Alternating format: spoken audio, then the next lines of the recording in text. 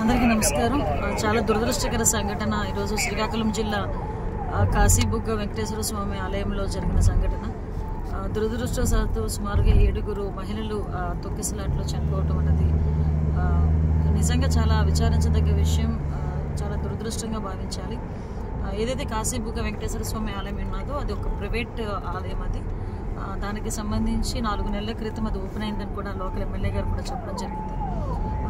కార్తీక మాసం శనివారం ఏకాదశి ఈ 3 కలిసి రావటం వల్ల మహిళా భక్తులు చాలామంది ఆ టెంపుల్కి వెళ్ళడం, అదే టెంపుల్కి సంబంధించి ఆ టెంపుల్ కూడా ఒక ఫ్లోర్లో ఉండేటట్టుగా ఉంటుంది. అంటే కింద నుంచి ఒక 20 స్టెప్స్ కూడా ఉంటాయి.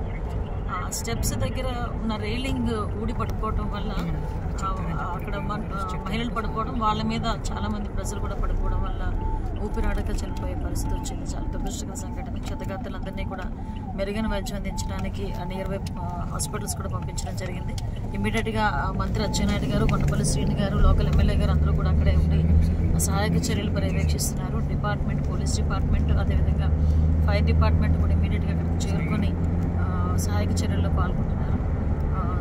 వాళ్ళ చనిపోయిన వాళ్ళ కుటుంబాలకి రాష్ట్ర ప్రభుత్వం తరఫున ప్రగాఢమైన సానుభూతిని తెలియజేసుకుంటున్నారు.